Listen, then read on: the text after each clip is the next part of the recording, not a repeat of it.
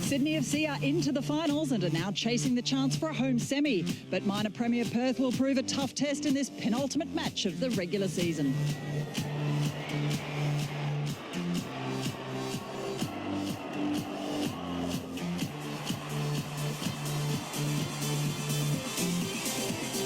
This is Sydney FC hosting Perth Glory round 11 of the W League. Hello, I'm Stephanie Branson. It's a warm welcome to all of you joining us at Wynn Stadium here in Wollongong for the second half of these split round 11 fixtures.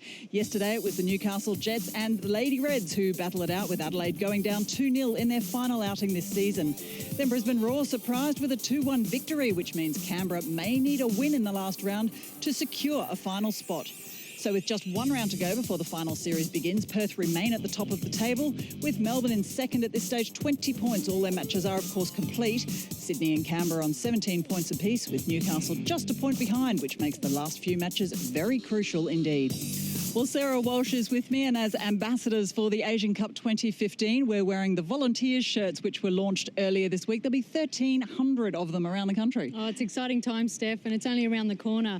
And they happen to be looking for volunteer drivers, so if you fancy yourself behind the wheel, express your interest at the Asian Cup website. They're looking for drivers in Canberra, Brisbane and Sydney. They certainly are, and plenty to celebrate with the Asian Cup coming up, of course. But this week in the sporting world, it was one of great sadness. And on the day that he should have been celebrating his 26th birthday, the ABC W League broadcast team sends its condolences and thoughts and prayers to the family of Philip Hughes. There will be 1 minute silence observed at this match. And this match, Walshy, is between Sydney and Perth, who are both safely into the finals. But you'd have to think that Sydney needs the 3 points more. They definitely do, Steph, and especially if they're looking to actually host the semi-final, they need to win today. They also need to win for that momentum heading into the finals. And look, two notable additions today. Kai Simon, excellent to see her back on the park, number 17 for the Matildas and Sydney FC. So it's great to see her back after a long stint out from an ACL injury. Indeed. Well, Peter Wilkins is back on deck this week. He caught up with midfielder Nicola Bolger a little earlier and asked about the impact of those returning players. It's really exciting. There's been an awesome buzz around training all week with Kyra and Casey coming back into the team. And the plan is to go out there, play our game and hopefully get the 3 points. And as for Perth, Walshy, what a season they've had. But Jamie Harnwell will be wanting them to keep up the intensity ahead of the finals, agreed? Oh, absolutely. They really need the momentum, much like Sydney. And they've been playing so well this season. It'd be great to see them, I guess, consolidate that and really show why they're at the top of the ladder. Sam Kerr and Katie Gill really need to be on song in front of goal today. Yeah, well, it's sure been a successful return to the West for Sam Kerr this season. 7 goals to her name so far. She also caught up with Wilco, who asked about her form. Yeah, to be honest, I've just been lucky to play in such a great team, and I think it's been a whole team thing. We're all really flying at the most important part of the year, and today we're just going to focus on ourselves like we have done the whole season, and I think if we play well, the rest will play out. Well, there's plenty of stars all over the park in this one. Let's see who grabs pre-finals bragging rights and head up to commentary, where it's Peter Wilkins with Sarah Walsh.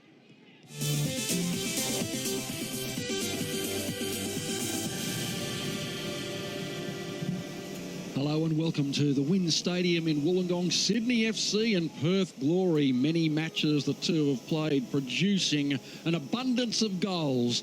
Will it be the same today on a very sad and poignant day after a sad and poignant week? He was united in shock and disbelief at the passing of Philip Hughes, who was tragically killed while playing professional cricket for South Australia. Sport is an avenue for Australians to celebrate everything that is good about our country, our character and the Aussie spirit, and we look to the sporting heroes of all our national teams as beacons of joy and hope. Philip Hughes' death reverberated around all sports, and the Australian football community would like to pause for a moment's silence to remember Philip's life, offer condolences to his family and friends, and reflect on the role sport plays in uniting all Australians, even in tough times.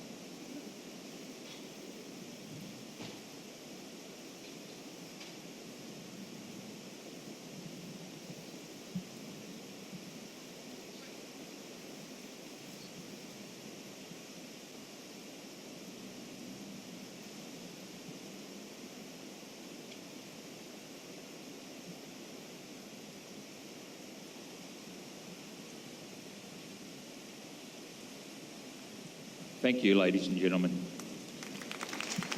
The sporting community united in grief throughout the week, and now united today paying respects, as Stephanie mentioned, on what would have been Philip Hughes' 26th birthday. The teams are out there ready to go. Somewhat symbolic also that just prior to that announcement, the cloud should come over and bruise the stadium after what's been a beautiful day in the southern suburbs. Bright sun, hot conditions. It has cooled it down a little bit, Sarah Walsh. It shouldn't rain too much, although in saying that, there's a cloud hovering to the south, but it looks like it's going to bypass the ground. But my weather forecasting has been fairly ordinary in the past. If anything, it's wet the pitch, Wilco, which I think will suit Perth Glory. They want to use the speed of the pitch very early on with Caitlin Ford and Sam Kerr up top. And Sydney will need to be aware of that. Now, Perth, they've been rollicking along this season. They've scored a plethora of goals, and they've got 2 in line for the Golden Boot. And in the centre screen, Caitlin Ford, she's been in remarkable form as well. She scored a couple of pearls. The defensive unit for Sydney FC hoping to deny the attacking force, the supreme attacking force of the Perth Glory. They've got Kate Gill on 11 goals, Sam Kerr on 7. The game is underway, and hasn't it produced some results in the past? Perth won't want to reflect on a game a couple of years ago, or 3 years ago, when they were beaten almost to the day by 11 goals to nil, which still stands as a record. Mind you, Perth nearly topped that this year. But there have been other high-scoring games. Earlier this year, it was 8-2 in favour of Sydney. Perth has won a game 7-5, so they've played a whole host of games that have produced goals. Absolutely, and when you look at this Perth Glory team, it's totally different looking to what it was when they lost 11-0 to Sydney, and likewise Sydney, a very different team as well. Perth, the way they've gone about their season, and really they don't look to be slowing down in the way that they actually approach their games, and it's been quite direct, but they've also been able to, slow things down and play through the midfield when needed. Well, the last time these two teams met, just the 1 goal decided them, so in opposition to the trend. Kate Gill squaring the ball up nicely. Some of her distribution work in the last 4 or 5 weeks. She started out in a goal-scoring frenzy, but she's become a little more of a distributor and setting up the attack force, which has just been bristling with confidence. I think that might have something to do with the teams. I guess Perth come out like that at the start of the season, and then every other team had to, I guess, wake up to the fact that they were playing direct football, and it's been... Oh, look at that move to Caitlin Ford, and that is a sign of it too, isn't it? With Caitlin Ford roving up the centre, Sam Kerr and Kate Gill. Yeah, and I think something that teams have been, they've done better in towards the back end of the season is actually stop that service to Kate Gill. So it might have something to do with her, I guess, goal drought, if you like, mid-season. Well, Shannon May with a beautiful layoff to Kerr. She shoots, and the ball juggled momentarily by Casey Dumont, who's a Astorian itself with a severe injury coming back from a lacerated liver. She split it in the corresponding game 6 weeks and 1 day ago. She was a couch potato for 4 weeks, did not do anything. She was a centimetre away from needing an operation, and it was just rest and recuperation. Ultrasound have revealed that it has healed perfectly, but she didn't know whether it was the diaphragm, the rib, the spleen. It just didn't feel right. Now, Sydney on the attack. Well, that was a neat turn, and winning the free kick, Trudy Camilleri. A neat experience trying the turn in a dangerous position and inviting the foul, and it has come. So Sydney FC from close range. Yeah, smart little play here from Camilleri. Uses her body so well there. Zadorski's were a little bit overzealous and come in a bit too hard on Camilleri's right leg there, but smart play from Camilleri. And you imagine we'd like to, I guess you see Rollo step up for this. We've seen it so many times before.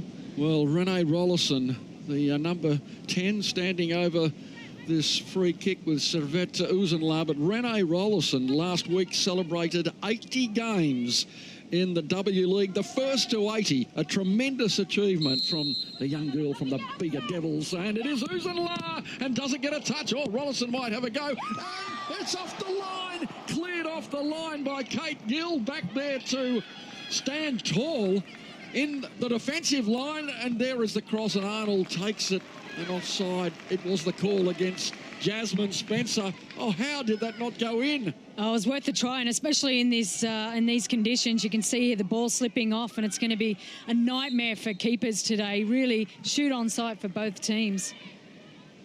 It's actually a really good option. You could see, we all know Savedo's-in-law, how hard she can strike a ball, and it's just so difficult in terms of taking a deflection off the defence, or as I mentioned, keeper's nightmare today. Well, a sparkling start really from both teams. Perth having the better of the early couple of moments, and now Sam Kerr. Look at the pace from Kerr. The cross is pretty good, and that's a fine save from Casey Dumont at the other end. Oh, a sparkling move in response. So this game has all the hallmarks in the early stages of producing some goals. Look at this, Sammy Kerr. I think we're going to see a lot of this today. She's beaten Johnson out on the left there, and I think the strikers really need to be aware of the fact that keepers might be dropping things today. Really need to follow up.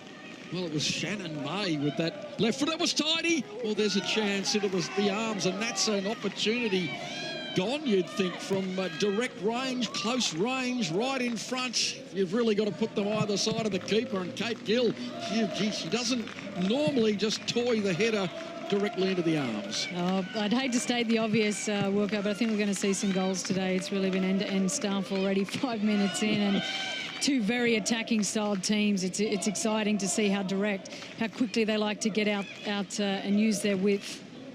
And this surely is offside. No, flag stays down. Caitlin Ford trying to tuck it into the near post. The defence at sea, it hasn't been cleared. Mariana Tabane now shoots. Oh, just wide. Just wide. Mariana Tabane, who scored the goal that separated the two teams when they last met. Nearly notched one. We've had 5 chances already. Oh, great first touch here from Mariana Tabane. Set herself up to have the shot. And for me, that actually didn't miss by too much. No, you were confused because there wasn't too much movement anywhere else. Now here's Jasmine Spencer. 8 goals in 10 games already. She motors into the area. The square ball. Well, the keeper, Mackenzie Arnold, was a little bit at sea, as now Uzenla has to retreat. What a spectacular opening. And Stephanie Brantz, gee, we haven't even been down here yet to discuss the conditions. They are inclement, but it seems to have held off for the moment. Yeah, it looks like they're conducive, though, to some brilliant football for our viewers. So a fabulous couple of hours in store. The rain has actually gone away. It's cleared a little. Still lurking. There's a lot of cloud around, but it's quite dark. So the lights are on here at Wynn Stadium in Wollongong. But at the present time, no precipitation. Good. We want that surface to stay as it is, pretty much like a billiard table. It is absolutely beautiful underfoot, and no reason why the teams can't play the sparkling type football that we've seen in the first. Well, we've had 6.5 minutes of play. It feels like it's been about 20, considering the up and down nature of the contest. Another beautiful bit of distribution. Look at Caitlin Ford go, motoring into the area. The shot, can she produce it? Far post, what a goal! That's a sensational goal! Brilliantly taken by Sam Kerr. Caitlin Ford reigns supreme. It was Perth Glory at their glorious. What a goal! What about the little celebration here from Sam Kerr? She's used a little cricket backswing. Oh, I love it. Very touching from her. But check out the replay here with Caitlin Ford. Loves this surface. It's just speed of the ball, right onto Sam Kerr's foot, where you like it, on a dinner plate, really. But look, the speed of the ball, you can either foul or you can actually try take the tackle, but really perfectly build up play there. For Sam Kerr, superb. She scored a brace in her last 2 games. That's her 8th goal from the season. In the season, and what a spectacular contribution. Caitlin Ford, well, it's virtually a home game for Caitlin Ford, going to school down in this region, playing with Sydney FC. Mum Simone would no doubt be here supporting Caitlin, who is just going from strength to strength as a player, and that is a delightful sign with the World Cup coming up. 1-0 Perth. And the understanding that those two players have, Caitlin Ford and Sam Kerr, it's such a blessing for Alan Stajic. He knows he can play him in a few different positions and knows basically what they can produce. But today, Caitlin Ford is going to be a nightmare for that Sydney FC defence line. And now they go again, and there is Sam Kerr yet again. Well, Casey Dumont may well just bounce the ball a couple of times to try and take the steam out of it. Oh dear. You don't want to see that sort of stuff in the early moments of the match. And so time to pause. Jamie Harnwell, the coach, delighted naturally with the way the team's been playing this season. 9 players have played in all 10 matches, and that underlines perhaps why they've been able to develop those combinations, and they just have been playing as though they know each other like the back of their hand. And then they've introduced Sam Kerr into the equation too as the season's progressed, and she has just been rifling the ball into the back of the net and getting herself about the field. The one thing with this Perth Glory team, they don't, when I look at it across from the defence midfield to the strikers, there are no weak links in this side. Each and every player are playing above a standard and really set the standard this W League. Now time for Sydney to take stock perhaps. They have a gun on the bench today as Kerr does keep it in. No, can't quite keep it in with the sparkling orange boots shining out like a beacon on a day like today. 9.5 minutes gone. Perth 1, Sydney 0, and Jamie Harnwell believing that the pressure is on Sydney FC today. They can play with a freedom. They're secure as the premiers. They have a home semi-final. Perth, Sydney FC have to battle to hopefully win, or at least win next week and maybe get a home semi-final. So that's crucial for Sydney FC today. But they've faced the Perth team at full tilt in the first 10 minutes of this game. Something that I've noticed at Perth, you can see they're just trying to play with this intensity and the ball movement and the speed off the ball that they're actually playing at. You can see Sydney actually want to slow that down. They need this slowed down because it really works to Perth's advantage if this is a quick, fast game for them. And that'll be a Perth throw-in. Still the rain has abated, thankfully. I'm looking out. Might have to go down to Steph again. There's a cloud hovering. There's a little bit of lightning prior to kick-off as well. Now, Bronwyn Studman, a part of this very solid defensive unit too. They've got a good line across the back. Or Jasmine Spencer darting and weaving. Can she make another contribution today? Teresa Polias, they missed her for a couple of games this year, out injured.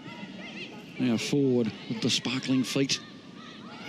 Back to Studman. And all the way back to Mackenzie Arnold. Pressure coming from Spencer. It's been a great addition to the Sydney FC team and has scored some sparkling goals. We're going to show you a real candidate for goal of the year at half-time coming from Brisbane Roar yesterday. So stay with the coverage when we review the matches played already this weekend. Now Harrison doing well. And beautifully to Camilleri. And the overlapping run comes in turn from Tegan Allen. As she measures the ball, won't be happy with it. The deflection still might favour Sydney FC. And it's taken away, and comfortably so by Shalina Zadorsky, the Canadian, the 22-year-old.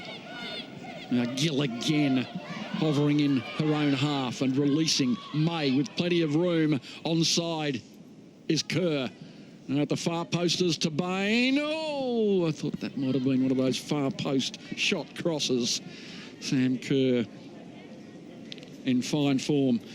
Kaya Simon, the gun waiting to be launched from the holster today. 13 months after that ACL, that very, very bad injury, playing for the Matildas over in the United States. It was a terrible day. She's had a couple of setbacks, and she's 13 months and 1 week since she had a game, although she did play a full 90 minutes of a trial game last week. She's only going to be kept up the sleeve today for perhaps 20, 25 minutes, and she might well be needed as the game progresses. The butterflies she'd be feeling today, Wilco. She this played off. Now, near post ball, knocked away by Rollison. And Colette McCallum, she's been another massively influential part of this Perth team, just dictating the play from the midfield, the real orchestrator, the director of operations. Marvellous control on both feet, can strike it from the set play. And you can see them just oozing confidence. Now Gill back to goal. I really hope we do get to see Kaya Wilco. She spent a year out and she'd be a bundle of nerves today. She'd be excited. She just really want to get that first game under her belt and perform, and it'll be difficult for her to come back as the player she was. She'll need to build towards that, but it's just so great to see her back. Johnson for Sydney FC. They haven't seen this end of the park too much in the opening exchanges, bar that one real chance from the set play, the free kick on the edge of the area, won by Trudy Camilleri.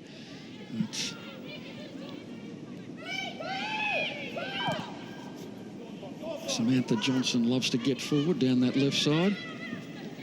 Clifford has to pump it out of play, throw in Perth. That's the play that Dan Barrett, the Sydney FC coach, will not want happening often today. Colette McCallum able to pick up the ball in her own half turn and then ping a ball long. They're the ones that you need to stop that service to the strikers.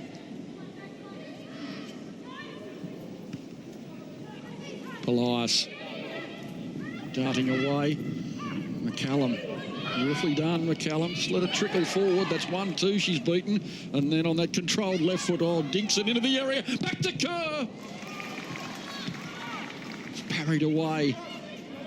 Now Johnson with a little bit of room in front, and they need to take a collective breath. Sydney FC, Nicola Bulger away to Harrison. Nice ball, nice one touch. Jasmine Spencer, look at Harrison go. Shoots from long range. Oh, what a shot. What a shot off the crossbar it was. A long range effort. Spencer brings it down neatly. Can she drive at goal? She can't. Amy Harrison with the confidence of youth. What a shot it was. Final into the arms from Savette Uzenla of Mackenzie Arnold, but the ball ruled out of play. Dear, oh dear, aren't we seeing some explosive play? I love that Amy Harrison is playing out on the left today. You see she likes to drive inside because she is right-footed. She's seen Mackenzie Arnold off the line, and she's just had the shot. And initially I thought it was ambitious, but look, it was worth it with a strike like that. It's so great to see her playing with this confidence. She's come back, and everyone I speak to has been saying, wait until you see her play, wait until you see her play. Ever since she's come back from Vietnam, she's just been playing with this newfound confidence. She was captain over there of the young Matildas, and she's a really exciting prospect. And look, I'm going to throw her in the mix for the World Cup next year. 18 years of age and growing in stature every game. Product of the Westfield Sports High now. A high ball downfield. In control today, the very experienced Kate Jakowitz. Cool, calm and collected in making the decision. 16 and a half minutes gone. It's been a relatively foul-free contest so far. On the lush green in Wollongong. Taken back by Zadorski.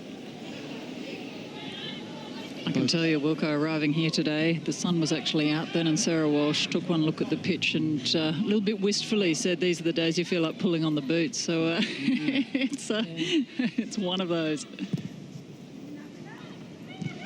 A little flick on from May. She went close to scoring early on too with that open left foot.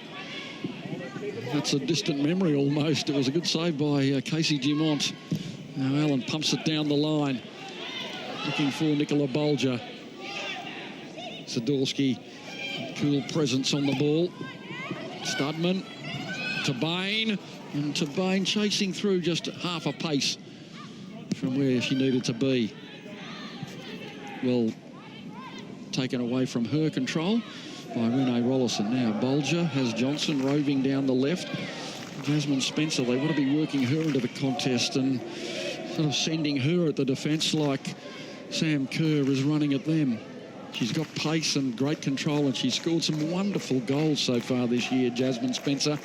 8 goals from 10 games, as I mentioned. And in fact, we have 3 of the top scorers in the league out there today, in Kate Gill on 11, Jasmine Spencer on 8, and now Sam Kerr on 8. Who's to say that she can't steal the golden boot after a late start? That'd be a terrific effort, wouldn't it? That could be very interesting with Katie Gill and Sam Kerr playing up top. I don't know if I'd pass it to her. Sarah, you were unselfish, weren't you, in your 70 internationals for the Matildas? It was a joke, well, okay. 31 goals. And I'd say many an assist as well. Something Sydney FC, they're really going to have to be, I guess, active in terms of actually going to that second player. So a lot of the times we're seeing the ball head up to Katie Gill, and we can always see Sam Kerr or Mariana Tabane running off her, so really need to track their runners. Now Alana Kennedy probes up to the edge of the area. She scored that wonderful headed goal against Melbourne in that cracking game. And Kennedy looking for it, so too Gill. Clifford was there first. Bit of work for Allen to do. It was a good firm ball to Spencer. Now Camilleri, she's pushed over by Kennedy on the retreat. There's going to be a yellow card. And How many yellows does she have? She doesn't look too happy. Oh. We'll have to check that. She does. She looks devastated, so I'm not sure if that's a yellow card count up for maybe That's missing a third yellow semi-final. card. Third yellow. She looks devastated. It's almost like there were players back also. I'm not sure she needed to do that. Well, ironically, I was chatting to Jamie Harnwell before this match today, and he said perhaps next week they might think about resting some players who are on cards, so it could be critical. Oh, sorry, I jumped the gun. We obviously have round 12. Yes, we do, but still, you don't want to be putting yourself in that position. Yes, it's round 12 to go, but you don't want to be missing the games, do you? No, you don't, and it's not good for the team unity heading forward into the semis. You want to take that momentum in, and it's devastating for her if she does have to miss the match. Well, she will.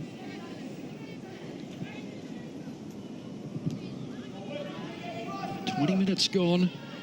And well, the heat hasn't entirely gone out of the contest, but the first 7 or 8 minutes it was like they were unleashed and hadn't played for 4 weeks and needed to get out and lose a bit of energy. But now a little more controlled with the two teams. Oh, Kate Gill. I'm not sure that she was offside, but the flag was up in any case.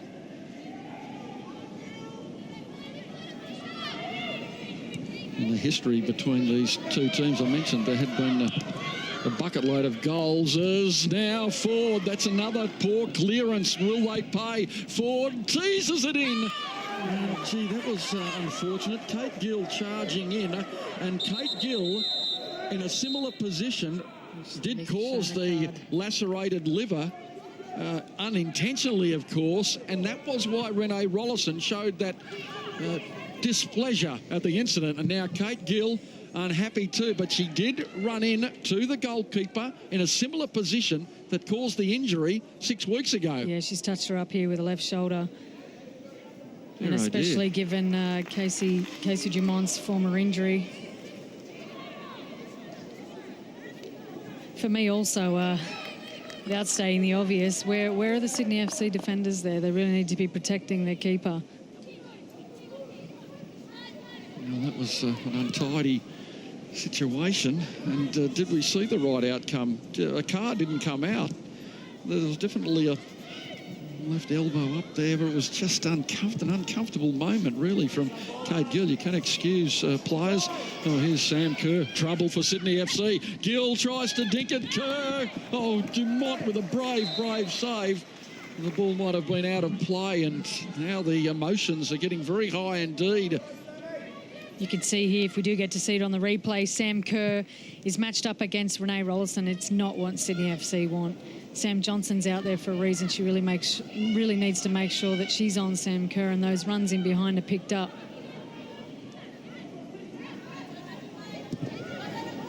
And Casey Dumont, that's the clearance of a slightly rattled goalkeeper, and you can understand it too. A defence is under siege. She's been charged at. I mentioned she didn't move for 4 weeks and has recovered from that lacerated liver. And now she's back in the fray and has to stem a little attack again. Let's get back to the play now. Caitlin Ford rolling forward. And the ball out to Carroll. Sarah Carroll teasing it in high. Gill up. Heads down. There's a penalty. It's a penalty, a clear call. Kate Gill has won this penalty, and that has come in, again, very uncomfortable circumstances for Sydney FC. Tegan Allen. Well, Clifford here, there's not a huge... I guess she's not really opposing the challenge. There's a push there with her hands on the front. Tegan Allen was the onlooker, and my apologies. You know, but she's been involved in a couple of bad calls this year. But Alicia Clifford, the rueful shake of the head, and Gill is going to step up now to get to 12 goals for the year. If she can beat Casey Dumont. Gee, no feeling between these two. Dumont on the goal line. Kate Gill moves up. Gill. And that is brilliant. That is superbly taken the top right corner. Kate Gill. That is a textbook penalty. It's 2-0 Perth. Of all the people you want behind this spot kick, it's Katie Gill. Throughout the league, she's probably one of the best penalty kick takers. And for me, that the call is the right one every day of the week. That call, no matter where you are on the park, push like that, that's a free kick. In this case, a penalty. Well, we'll have a look at the infringement. Alicia Clifford leaping up, and really you saw her look to the plier and then just charge into the plier. And the irony is that Kate Gill wasn't going to get to the ball. Absolutely. The irony is that it just was unnecessary. It really needs to, I guess, lift their discipline in terms of, especially in the penalty box. Just can't afford to give away free kicks or penalties like that. Zadorsky looking for Gill, and Clifford hugging to her opponent like glue. I was just about to say before that, sorry Wilco, that Clifford's been pretty good on Katie Gill up until this point. She's been tight on her every time and really not being able to turn Katie Gill, so she's really only had one option, is to go back. Bolger, Camilleri, Sydney FC knocking it around quite tidily, and that's going to be a free kick too for the Studs challenge from Bronwyn Studman, and the yellow card in turn. Well, this game, it opened with a frenzy, now it's got a tad emotional. You can see Camilleri's tried to use her body again, but look, that's reckless, and rightly so. She deserves a yellow card for that. She's a very tough defender, Studman. She's right up there for me when I was playing. Ellie Brush and Studman are the last two people you want defending you. And she's been very tight on Camilleri today. Sydney crying out for a goal. Heading south in the first half. Bolger, can she find a head? Can she find Clifford? Can she make amends? She looks plenty of numbers back. Camilleri, Polias does well to win one exchange, and now there's a player down injured. It's Alana Kennedy, and she's caught a bad blow on the back of the head. Alana Kennedy, former Sydney FC player, Jets player. She's possibly been hit in the back of the head. A little bit of an elbow too, but Clifford, there it is. And Clifford, with eyes to the ball, has sort of tripped over the prone player. No malice at all. Former teammate, now in opposition. Alana Kennedy not making a massive deal of it, getting to her feet quickly. Hey, Steph, have you done the maths on the ladder in terms of goal difference? Sydney FC wanting to keep that down today? They certainly do. It's very interesting permutations suddenly occur when you've got Perth well away, but Melbourne victory of 5 ahead of Sydney. So beautiful overlapping run. Sorry, Steph, it's tucked out of play. No, absolutely right. And Sydney FC are 5 behind Melbourne victory, so they not only need the win, but they really want to improve their goal difference as well. This is not going to plan. Thanks, Steph. Corner kick, though, to Sydney FC. First 2, a cracking goal. Caitlin Ford to Sam Kerr. And then from the penalty spot, they lead by 2-0. Looking for consecutive victories over Sydney FC. Ball to the far post. Plenty of football to be played. Kennedy there with the header. And now it's cleared away by Sarah Carroll. Born in England, didn't play any football in England. For She came to Australia as a youngster. Now Spencer with the turn. That's a nice turn too. Oh, there's a sort of a leading elbow as well, but Spencer was burrowing away, looking for the opportunity to improve her tally. Zudowski did well on Spencer there, shielding Spencer away from the keeper. Sydney FC really haven't been able to get their foot on the ball at the moment. They've had those couple of breakaway transitions and Polias, super idea, too much weight on the ball. The roving commission down the left side, Amy Harrison, she was want to get a few metres closer. Mackenzie Arnold, who's been called into the fray and part of the contingent, who've played all 10 games so far this year, now 11, rolls it out to Kennedy.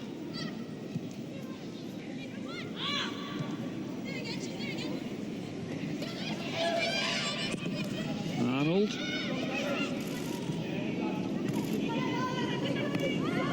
Take it forward. Studman. No real control for either team. Heavily congested in that part of the field. Tegan Allen neatly backed by Camilleri to Clifford, who says, let's restart it up. yeah, I'm not sure how many times Teresa Plyce has touched the ball. She's not really been able to get on it. In Sydney FC, they really need to trust their ball players, especially in the midfield. Teresa Plyce and Nicola Bolger, they need them on the ball and actually playing through the midfield. Perth Glory are making them play, a brand of football that they're not comfortable with at the moment. Now Kerr, time to think, players looming up in support. Solid tackle from Rollison. She did well to save it too. Back to May, square to McCallum. Well tidied up by Perth Glory. Kennedy, so it's the opportunity for Studman. That's a delightful ball. And the lead is from Kate Gill, and the chase down from Clifford. And Clifford just harassing her opponent off the ball and winning the goal kick. That was well done. No love lost again. Excellent defence from Clifford there. Really good match-up here. A lot of the time, Katie Gill has the height advantage, and she doesn't have that today. Clifford's been smart. She hasn't been too reactive. Outside of giving away that penalty, she's been very good today. Little flick on from Polias. McCallum again nonchalantly down to Devane. Polias does well to rob her opponent. McCallum surges in again. Nice one touch from Gill. And out to Kerr on the right. Tabane goes into the near post. Gill is at the far post. No trouble for Dumont at the edge of the 6-yard box. But her options limited forward. Again, we're seeing Sam Kerr beat Sam Johnson down the right-hand side. Sam Kerr allowed to actually turn and run at Sam Johnson. It's the last thing you want as a left back, have Sam Kerr run at you. You can't let it turn so easily and be able to get crosses in. I think that's a third or fourth cross in, and as you can imagine, the more crosses you get in, the more opportunities you'll have. Rollison, options closed down, and then they surge forward. The front line of Perth. Polias nips in between the lines. Johnson has Harrison with her. She might be the decoy. Johnson squares it up. It's a nice touch from Camilleri. Bolger robbed. Kennedy and Kerr's onside. The ball didn't match the idea. Kerr way downfield and signalling appreciation. Oh, that's a terrible clearance. Kerr says thank you very much. Goes for the long range chip. Just over. Oh, my goodness. Casey Dumont just ruining a couple of lapses of concentration, and Sam Kerr almost making it pay. And the last person you want it to fall to is Sam Kerr. Lucky for Sydney, she's put that over the bar, and we had Casey Dumont running back to her goal with the back facing. She seems a little bit rattled today, just looking to find a second win. Musenla trying to send Harrison away. Arnold ups it out of play on the eastern side. It's the ocean in the background, a very picturesque ground. Primarily rugby league is played here.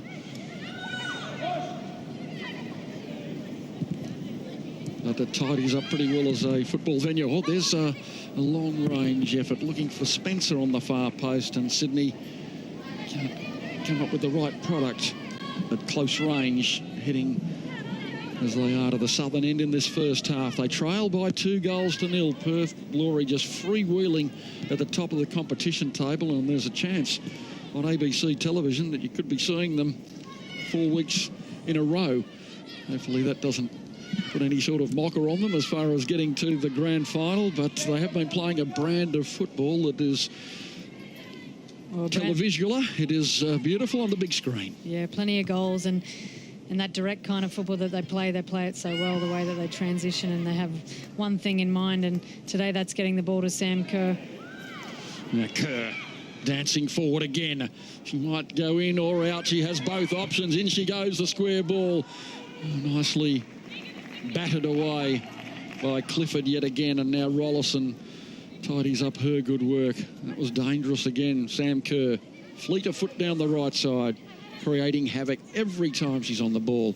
Such an embarrassment of riches for the national coach looming up to the World Cup next year, and they'll be going into a camp in early January with just a whole bucket load of strikers in form. And if Kaya Simon comes back and makes a successful return to the field and is in form too, gee. I could rattle off another 10 players that could potentially play up top for the national team at the moment, who have had a great W League. But the thing that I'm most excited about is Sam Kerr's form. We've all loved her for a very long time, but I think what we're seeing this year is some consistency in her game. And when she does get down there, you know that maybe 1 out of 10 crosses might not make it and might not be executed perfectly, but she's really just, I guess, cleaned that part of a game up. Jasmine Spencer, wonderful skills to elude the defender. It might come back at her again. This is going to roll away for a throw-in to Sydney FC. She did well at the first exchange. It was a 50-50 contest. She bounced out of it, the diminutive striker from the United States. And she's got about 3 or 4 goals that would qualify for goal of the year as well. Bronwyn Studman being spoken to, and this is the reason.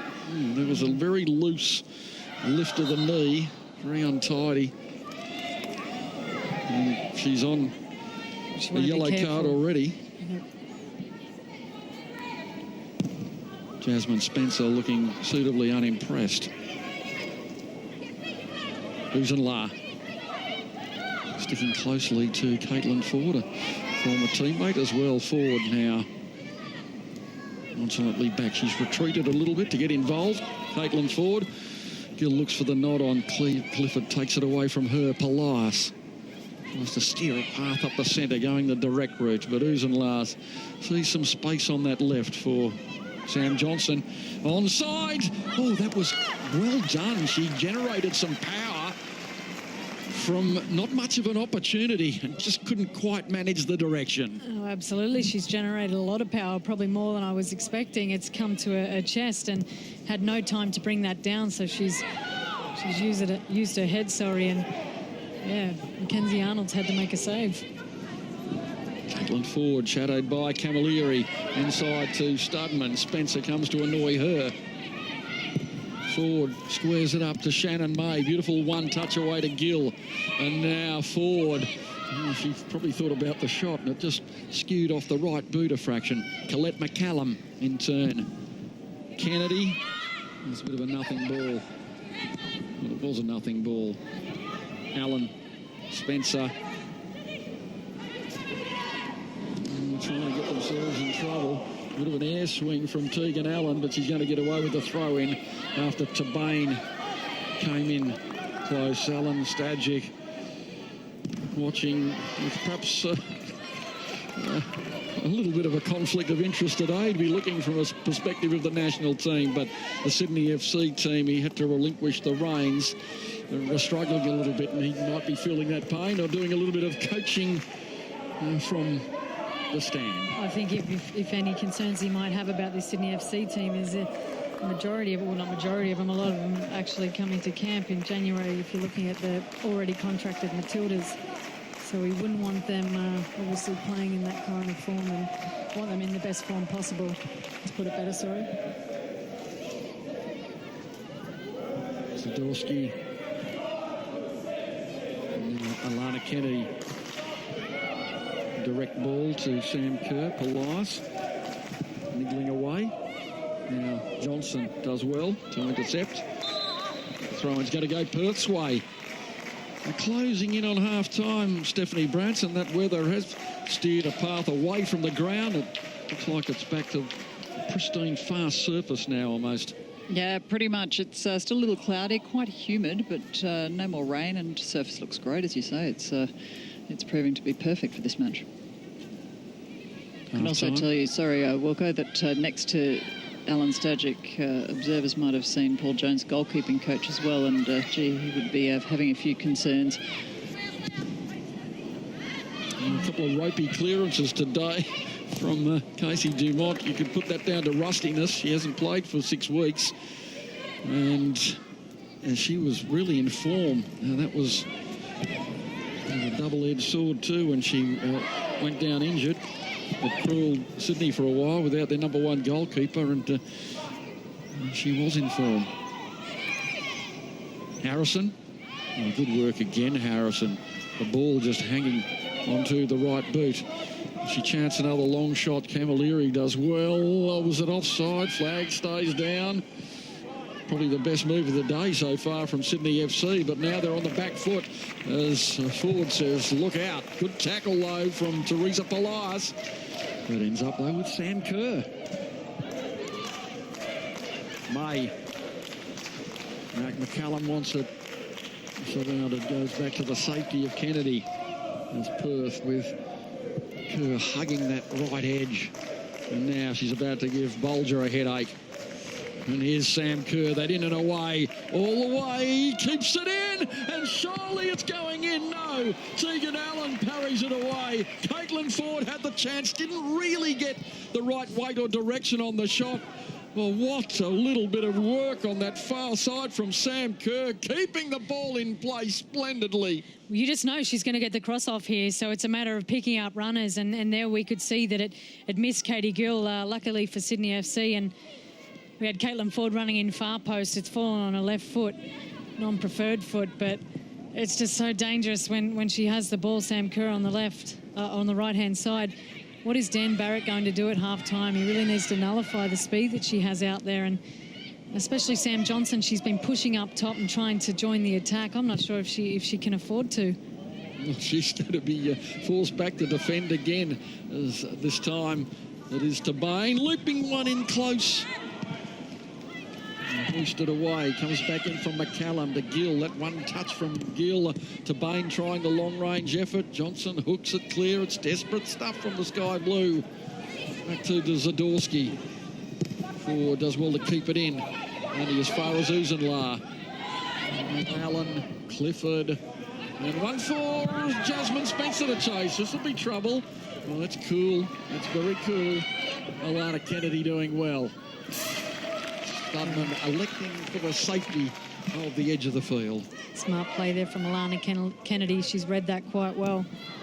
If she doesn't, see Spencer would have been off. So closing in on half-time. 3 and a bit minutes to go.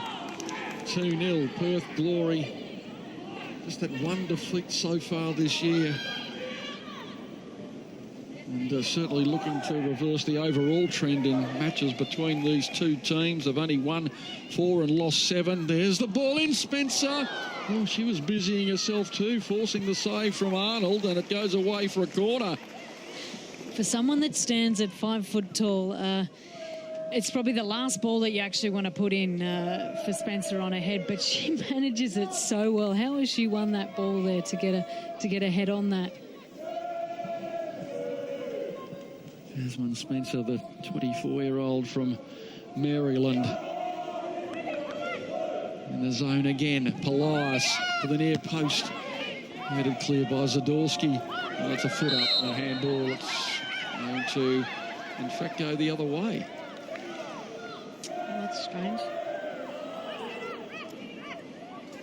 So the handball from Marietta to Bain is penalised rather than the dangerous foot up. I think that was the more obvious choice here. You'll see that's very high, and yeah, I'm not sure how that's a handball after the fact.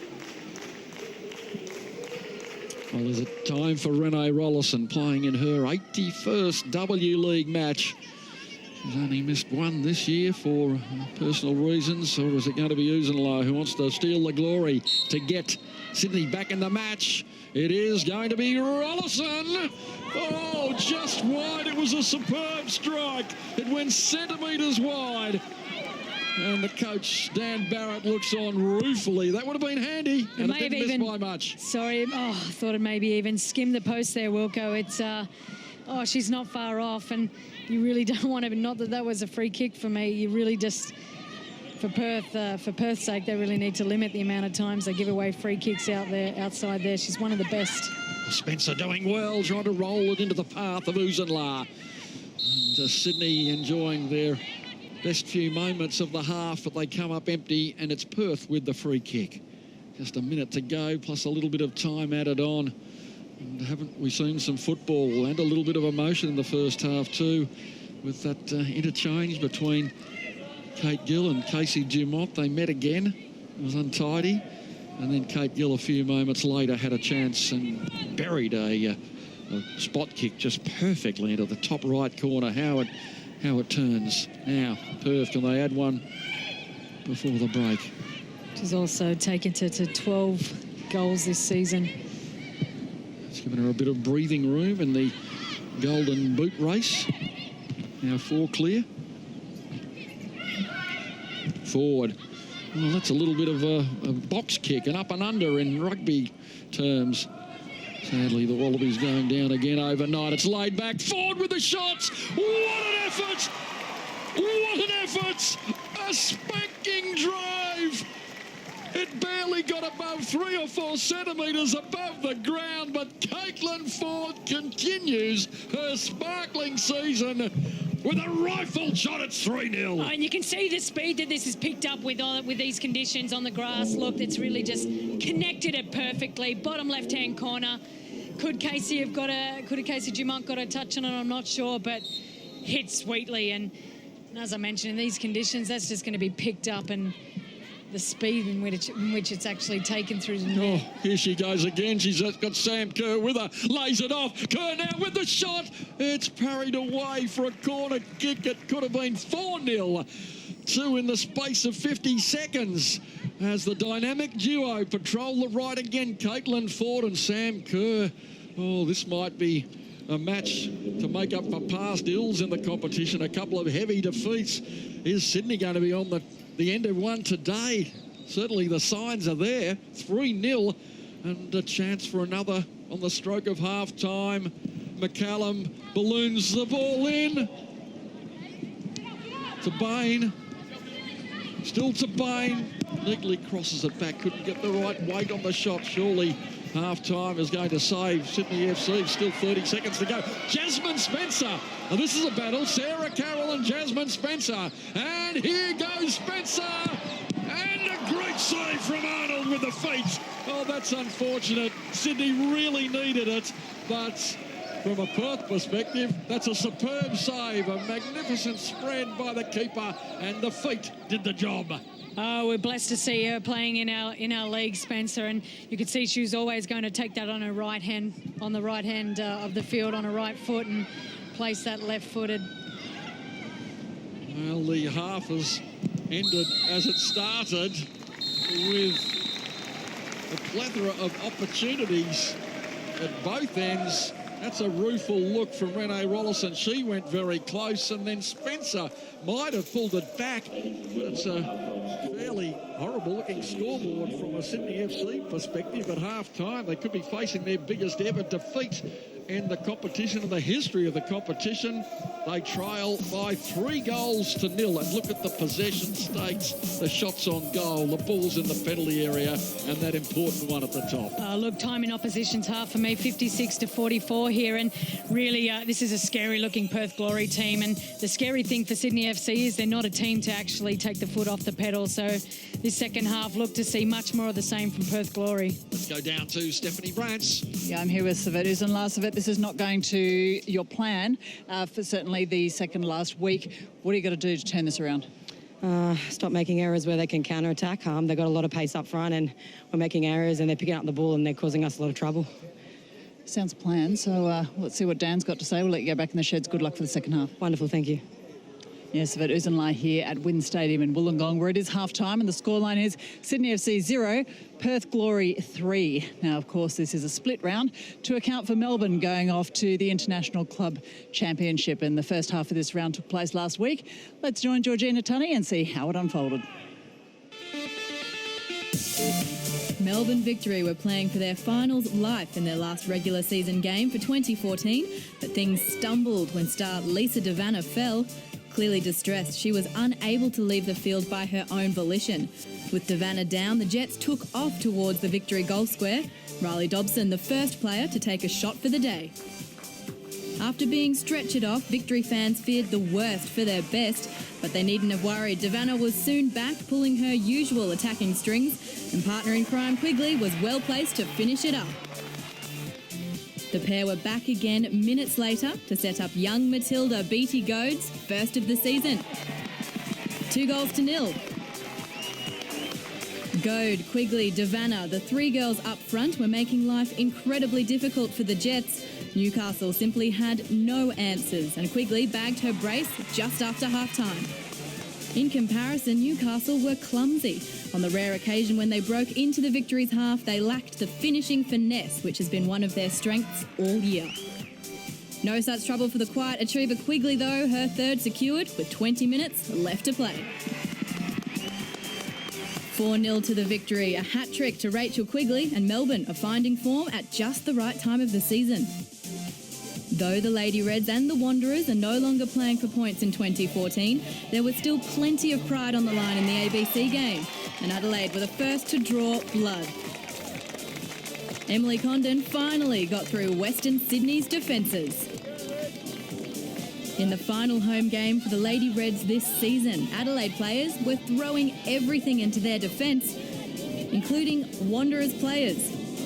Captain Christy Moore's shove on Helen Patinos became a penalty for Keelan Winters. And this American very rarely misses. The scores were locked up before the break. Then in the 63rd minute, another penalty to the Wanderers, though Hannah Beard did seem to foul herself. Adelaide probably right to feel hard done by, especially when Winters made it 2 from 2. But Adelaide have shown great resilience this season. Their squad is packed with young Matildas, and one with the biggest raps is Alex Chidiak. She's certainly living up to all of that hype. 2-2. And that's how it stayed. The Lady Reds and the Wanderers split the points with one game apiece left in 2014. The W League action continues at Wynn Stadium in Wollongong, a ferocious contest that started explosively between Sydney FC and Perth Glory. Perth Glory, though, with 3 strikes, lead Sydney FC by 3-0 at half-time. More to come in the second half, you would think. Kerr, Gill and Ford with a spanking drive in injury time for that 3-0 scoreline. A round 8 pick-up match, Newcastle and Adelaide, and early on a chance for Newcastle. Melissa Barbieri, though, saving in the 4th minute. There was to be a goal just 5 minutes later. Tori Huster scoring to give Newcastle the early lead. She took it pretty well. Yeah, she has taken it well there, and it's only so long that Melissa Barbieri can keep them out. Well, she had a few other moments in the first half. Another good save and the defence there to help. And yet another chance, as this was the save by Barbieri in the 44th minute. Now the goal coming in the 64th minute, and it ended up with Riley Dobson after some good work from Georgia Yeomandale. And so it was Newcastle holding sway. The final score with Huster and Dobson, the scorers. Newcastle 2, Adelaide United 0. Let's hear from Christy Moore and Georgia Yeomandale. We had a few great opportunities in the first half that we really should have put away, and that could have come back to bite us, but I think we came back in the second half and really put it to them, and I don't think 2-0 is a fair result given the opportunities that we created, but it's a win, and that's what we needed today. Definitely at half-time, I thought we were in with a chance. As the second half continued, I felt like they got more into the game and we sort of dropped off a bit. I think we did some good things today, but we also seemed a bit not quite on our game, second to some of the balls and sort of reactive rather than, you know, getting ourselves into good positions and things like that. So I think there were definitely things we could have done better.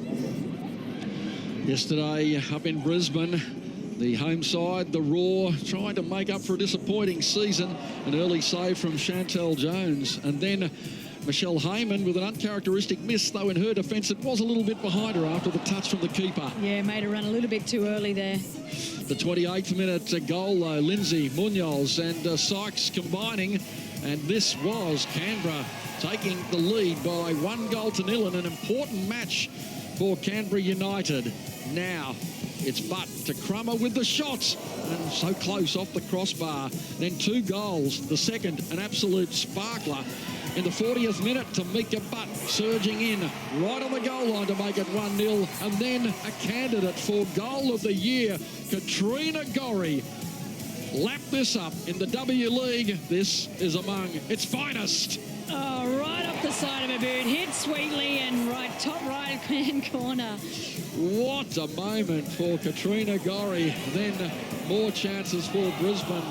Off the post, Russo, after some good work from Gilnick, and Brisbane with the attack at the back end of the game might well have made it 3-1 or even 4-1. That might have been a goal. Good keeping, and then off the line in the end. So the final score Brisbane's way. They're not going to make the semi-finals this year for the first time in their history. As another one off the crossbar, but they defeat Canberra to make their job a little more tenuous. 2-1. Butt and Gorry with the super strike. Canberra's goal scored by Ash Sykes in the 28th minute.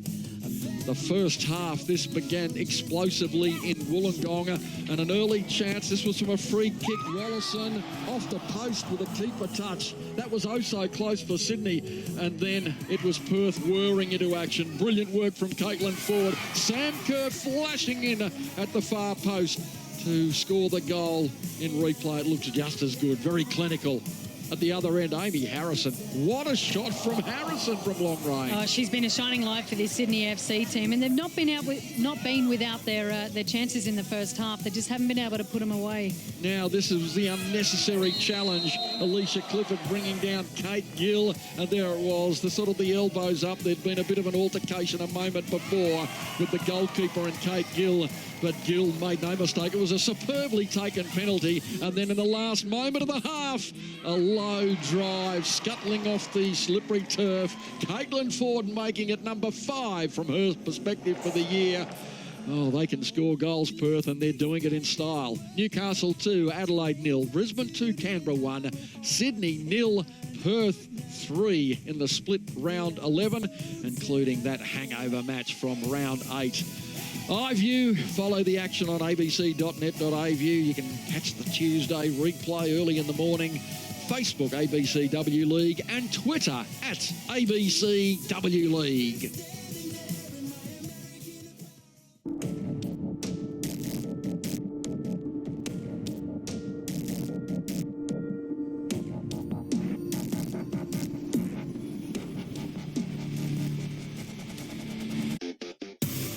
Drawn from nations representing over half the world's population, this region's finest are coming.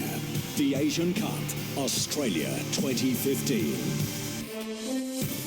The ABC is proud to be the official free-to-air broadcaster, with every Socceroos match on ABC TV, plus live coverage on ABC Radio. Our team on our ABC. Kennedy! Bresciano scores! Taylor gets the header! Oh, it's a fabulous goal! Cue delirium in Sydney! The Asian Cup starts January 9 on ABC. Yeah, can't wait for the Asian Cup on ABC TV. All kicks off on the 9th of January with Australia and Kuwait from Melbourne Rectangular Stadium.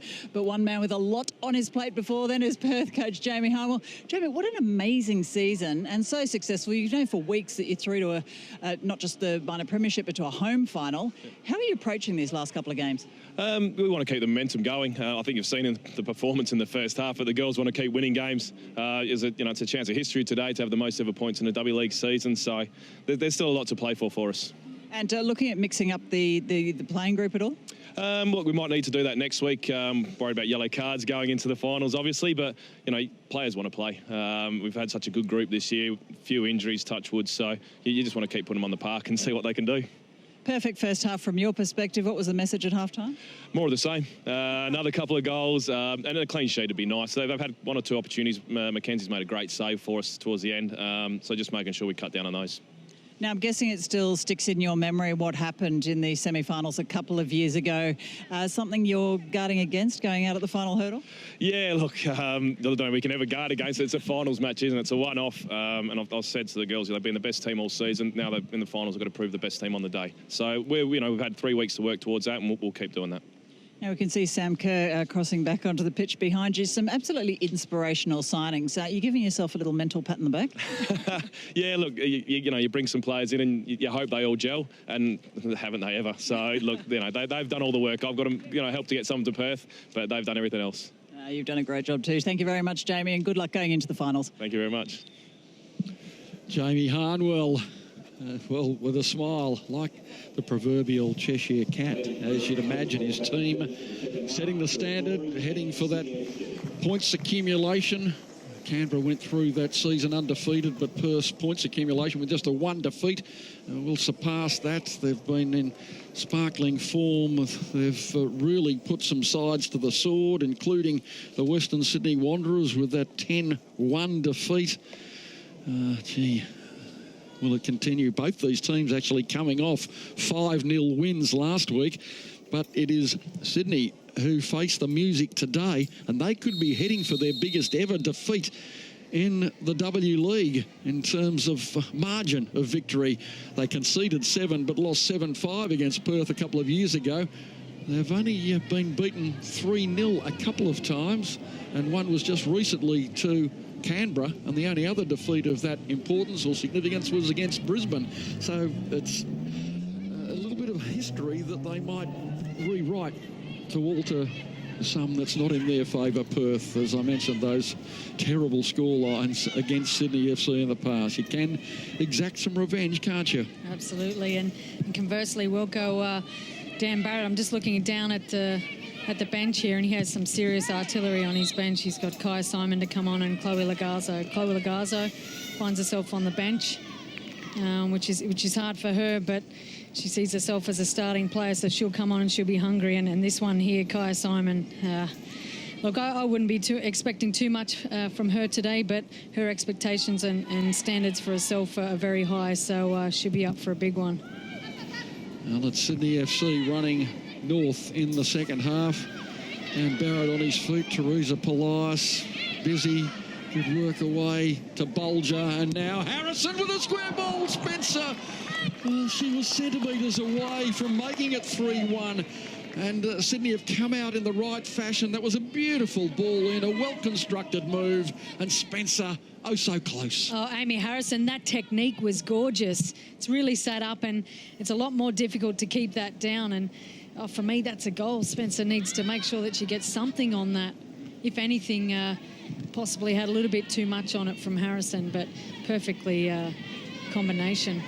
The combo was superb, and Spencer, as I mentioned, 8 goals so far this year. She's now had 2 great opportunities in the last minute of the first half and the first minute of the second half, and Sydney as yet scoreless.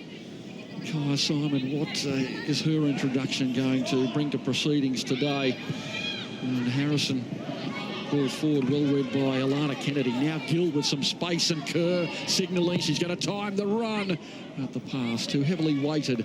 And it bounces to Dumont back in the fray, but probably with unhappy memories of that first half. A couple of poor clearances, just gifting the ball back. And 3 goals she had to pick out of the back of the net, although in truth all 3 were fairly decisive efforts, and maybe the last one if you're being a hard marker. But it was such a well-struck ball from range that it skidded off the turf and went into the left corner. Yeah, in different conditions, that's not as speedy as we've seen it hit the bottom left-hand corner of the net. But really, these conditions, as we've mentioned, suit Sam Kerr and Caitlin Ford. It's just so difficult to fend against.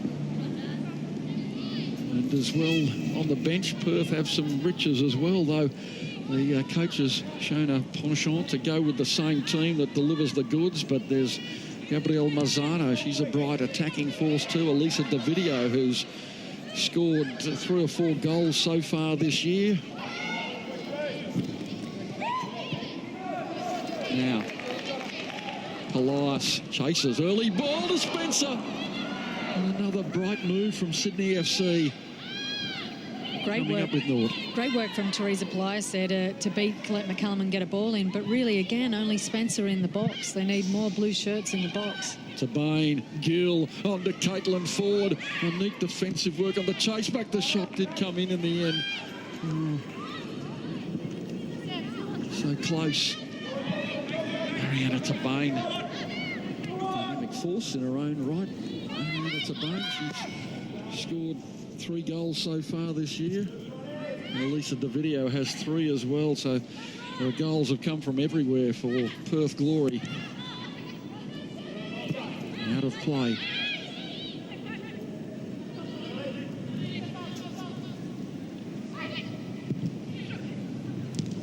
Gill, one touch.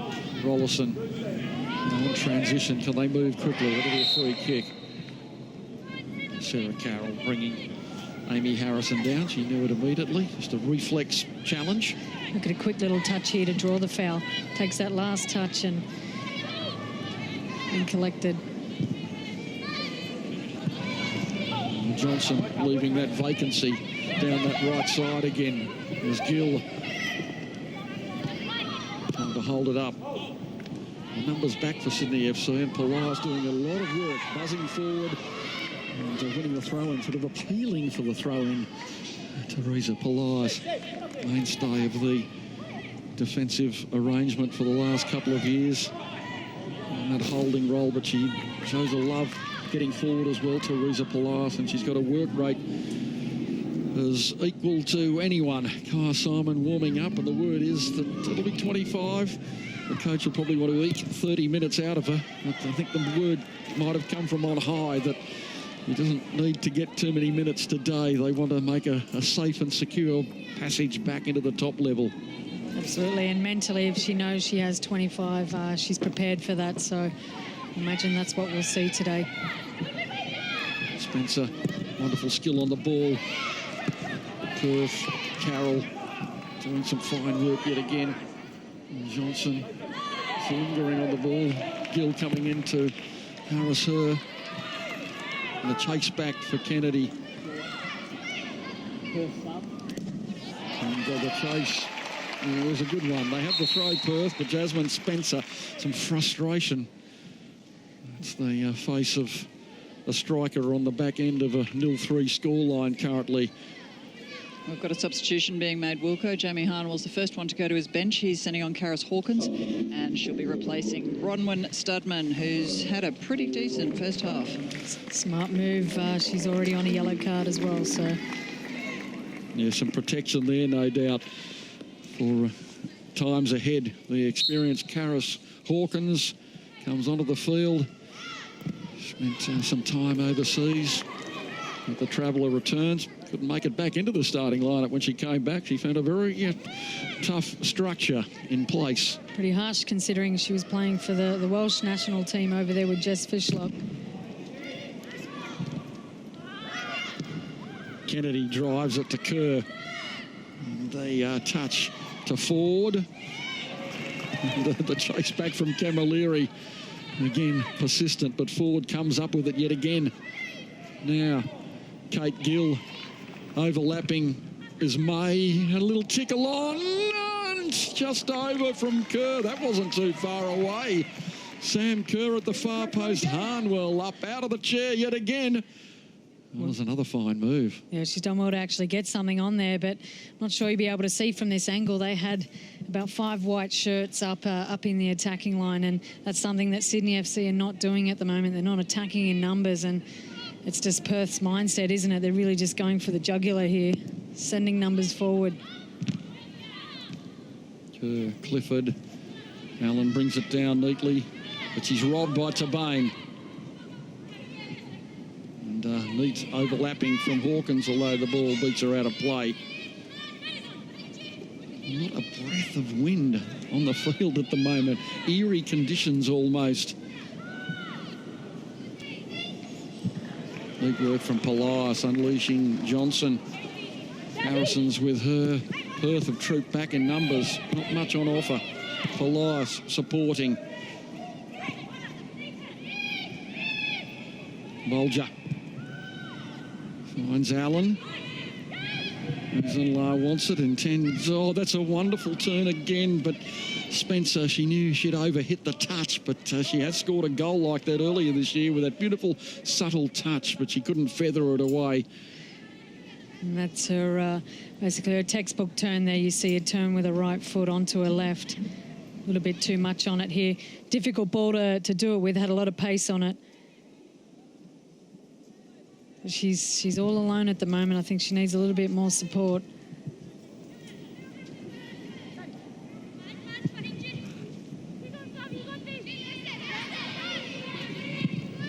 Zadorsky just pumps it downfield, looking for the head of Gill. It's brought Riches before for Perth.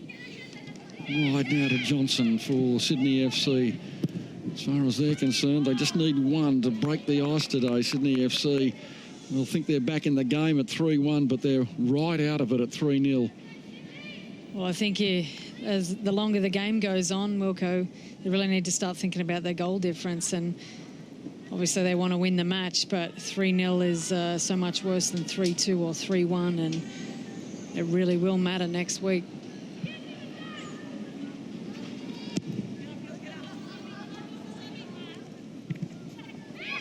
Johnson, Polias, Tabane chases. Way now to Tegan Allen. Another versatile player. She's played everywhere. First arriving on the scene with that magnificent Asian Cup success back in 2010. And 4 years later, she's still putting in strong claims for another World Cup berth. Harrison thought about the shot. The square ball is good. Bolger looking for Camilleri. And Caitlin Ford, the former Sydney FC player, twinkle toes away downfield now to Kerr, and she's got Rollison on the back foot. Here goes Sam Kerr. Can she shoot? Trying to, oh, it's still with Kerr, still with Kerr. Thank you very much. A dazzling piece of individual brilliance from Sam Kerr. It's got another goal. It's another nail. It's 4-0 Perth over Sydney, and a rueful look. You can't do anything. Sheer persistence in the end paid dividends. Sam Kerr is on a roll. It's her third brace in consecutive matches, or in 3 matches in a row. Please look at this touch here. Typically, she usually goes on a right foot here, so everybody's tried to show her right. And look, she's taken it in on the left-hand side. A little bit of luck there, and look, slotted it home. But she is such a scary, scary threat to these World Cup teams for next year. Their defence are just going to be so scared of this striker here. So blessed to have her, and she's just... Oh, Harrison charges. Sorry, Sarah. Harrison with some good work and a little audacious outside of the right boot effort from the byline left side. She was chased down by Kennedy. Oh, the game just opening up. It's characteristic of some of the matches a couple of years ago between these two teams when the defences looked as though they were taking a holiday. But today it's more about the quality of attack from Perth particularly. Oh, they've bruised Sydney now, who are on the cusp of their worst ever defeat in the W League in the history of the competition. The 2-time premiers, the 2-time champions, are there on the back end of a walloping at the moment and a football lesson. Oh, you could see Sydney FC's faces after that goal. It was just, how has Sam Kerr been able to pick the ball up and run it to basically slot it home within the box? They're not finished. Oh, they're not finished. That's a scary thing. Oh, that's a nasty clip on Shannon May. She doesn't overplay it. She does fairly well. Amy Harrison just clipped it, but she didn't overact on it. Got to her feet straight away. The referee is going to come in and have a word to the youngster for the challenge. And Sydney deep into the well of frustration at the moment. You can see they really need to stay disciplined here.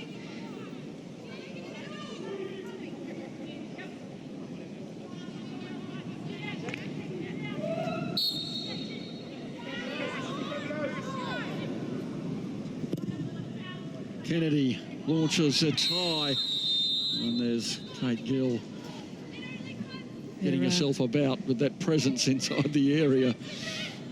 Talk about frustrating players to play. That is Kate Gill with a grand strike rate for the Matildas, 40 goals from 83 internationals. She'll be vying for a position. You could virtually just put the Perth Glory team attack into the Matildas team, and you'd probably be going pretty well.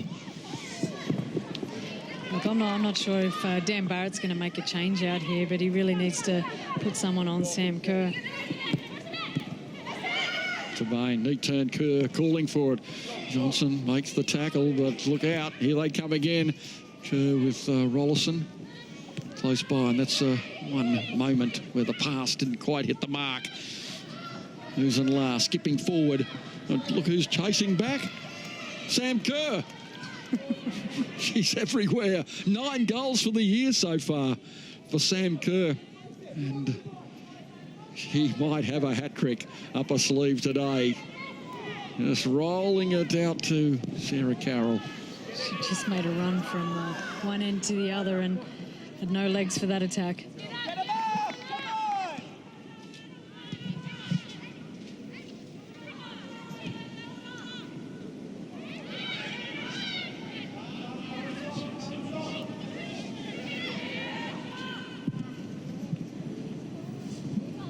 Now the chase is on again. Caitlin Ford, Uzenla in front. Lays it back. Hawkins with the high bomb to the far post. It might be a corner. It is.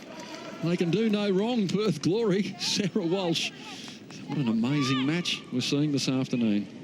Oh, it's been excellent, and it's been a little bit disappointing from Sydney FC, to be honest. They had a field day against Adelaide United.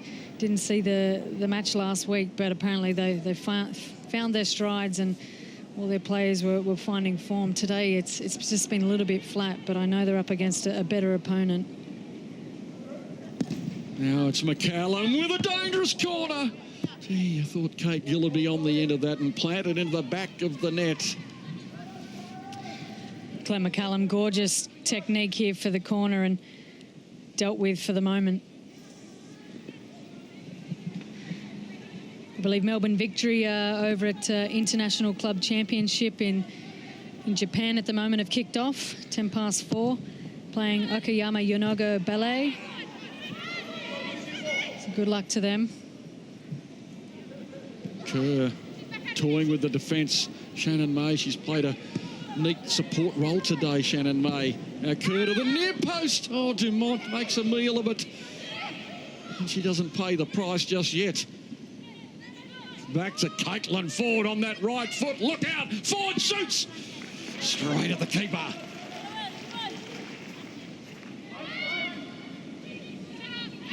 Casey Dumont making her return today. She might think at the end of the day she should have held it off for another week. She needs the match time getting into the finals. Now they go again. Kerr!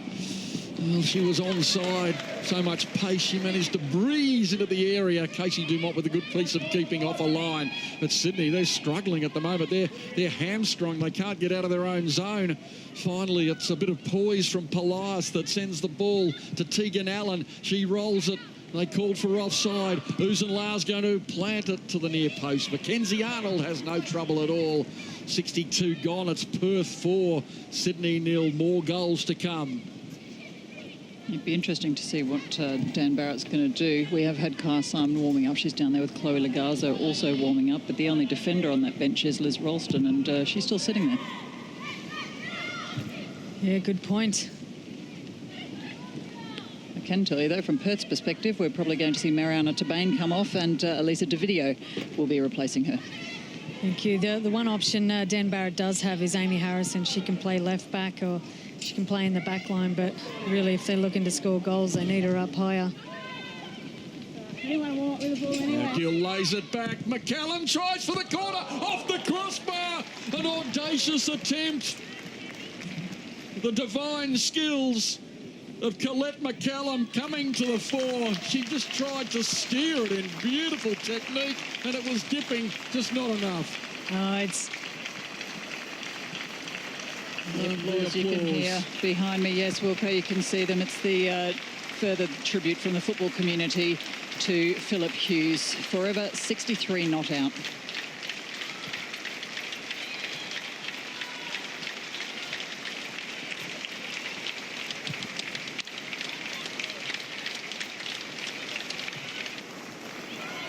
Sustained applause in a week of mourning for Australian sport, and on it goes.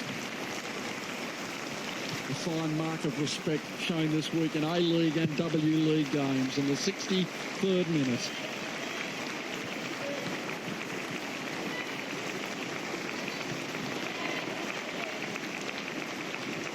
One thing this week has taught me, Wilco, is how small the sporting community is.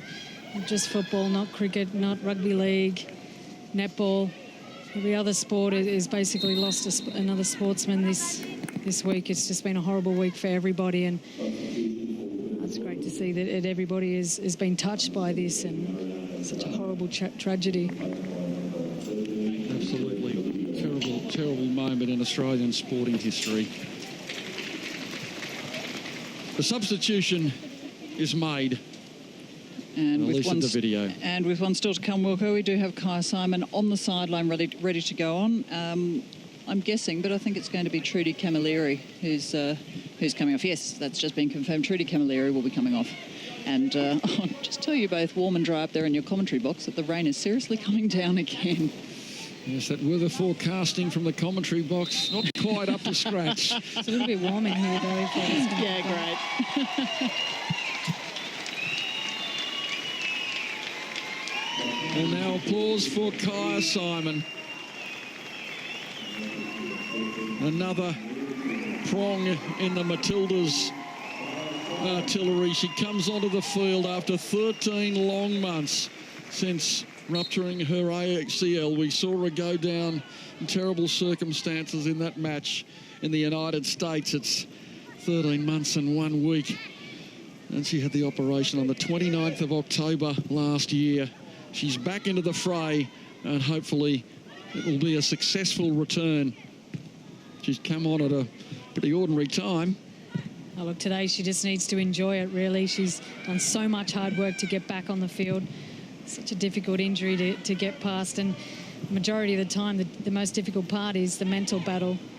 Coming back, twisting, turning, and really just trying to find that faith in your knee and have that, regain that trust in it. And so she really just needs to enjoy today, enjoy the 20 or so minutes she has out there.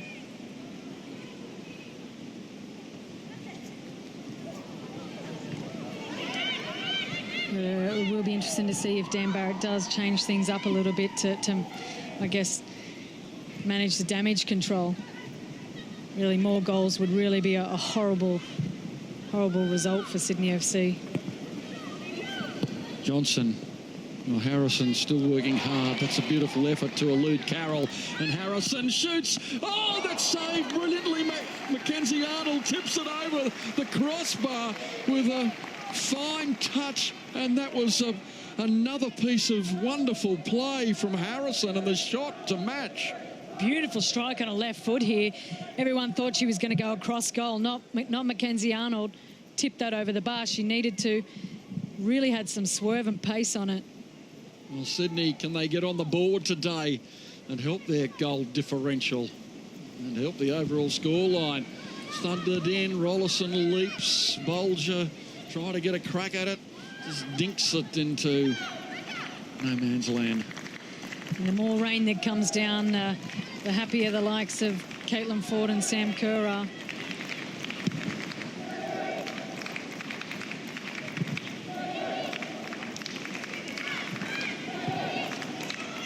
Carol Kerr has the ball off the gill touch again, and now Rollison just looking for support. Kerr might go in, out, in. She's on the hat-trick. She squares it up, and Caitlin Ford, oh, they're toying with the defence. They lay it back. Polias intervenes.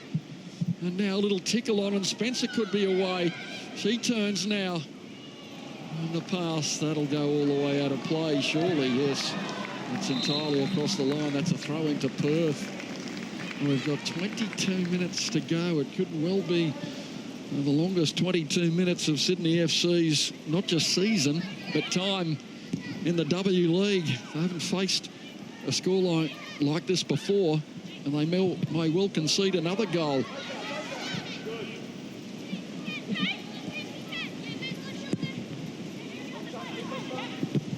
Johnson, Simon, nice touch.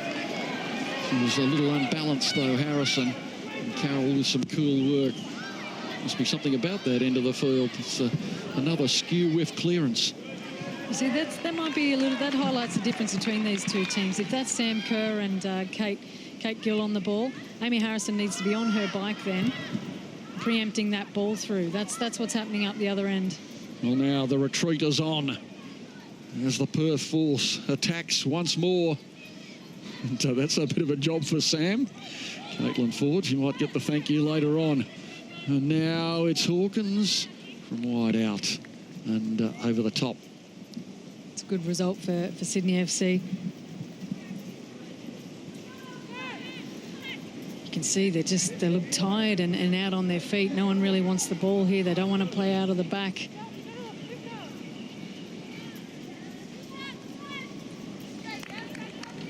Well, by anyone's measure, it's been a spectacular season so far for Perth Glory.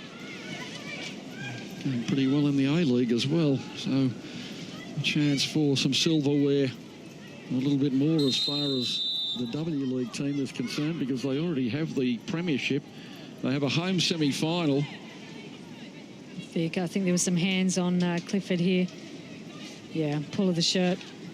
Call from the ref. Sydney FC really looking like they want to slow this match down.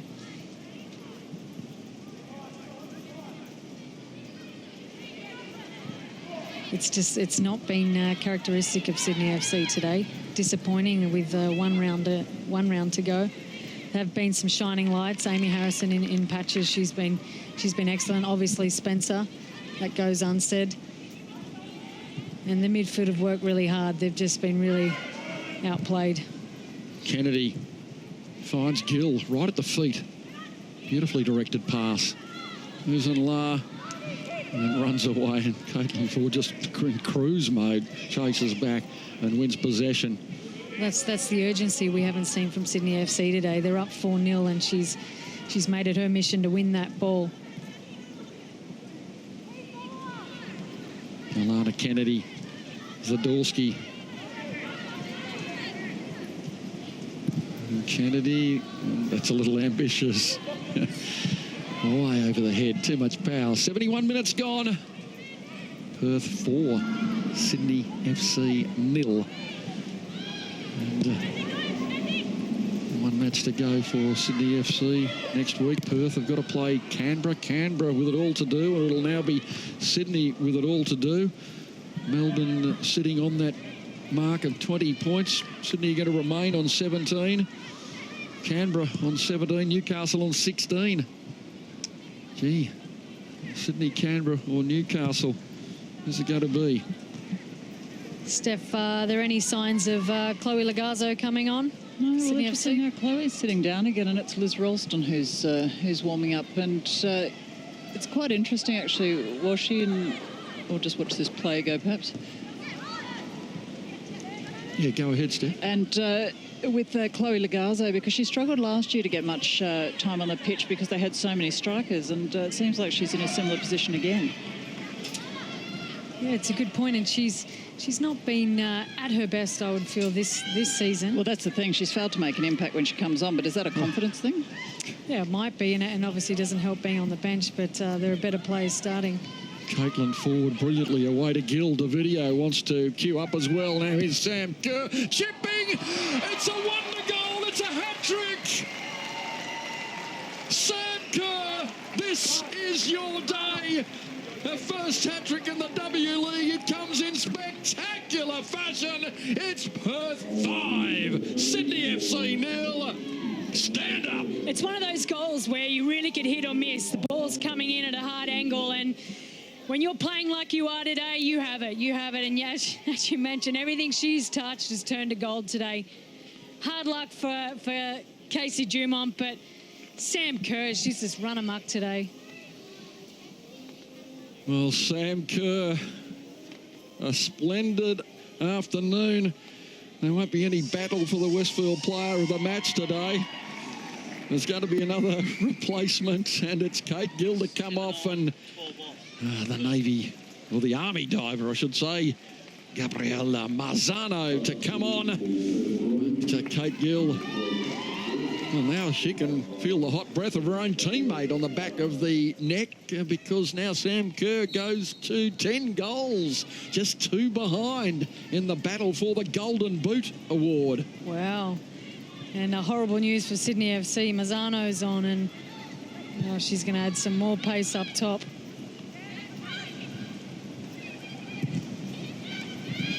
I'm really surprised. I'm wondering if Chloe Lagazzo and Ralston might actually be carrying injuries, or not quite 100%.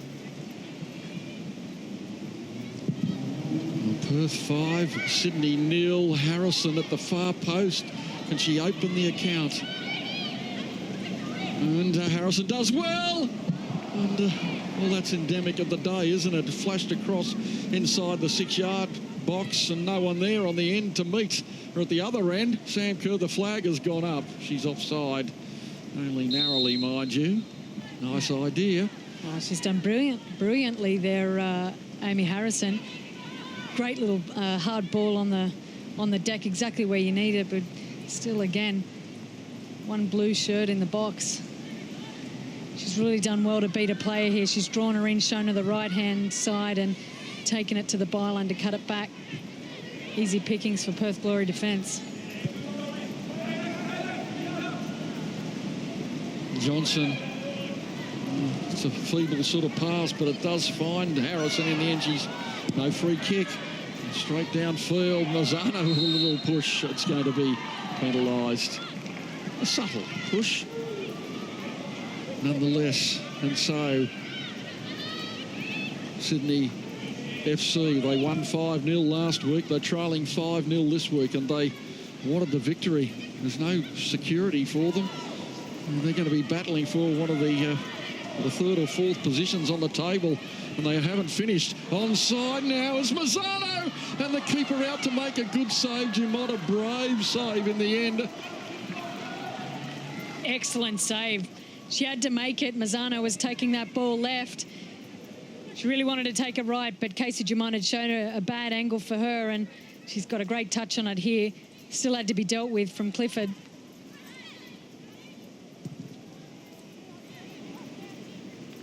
And to the far post, Shannon May. Can she get on the board?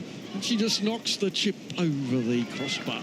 She was looking in her defence for the far post. She saw Alana Kennedy. It was Alana, it was Gabrielle Marzano, and saw Sam Kerr in the foreground. She could find neither. 76.5 gone. Sydney FC 0, Perth 5. Did we see this coming today? No, I definitely didn't.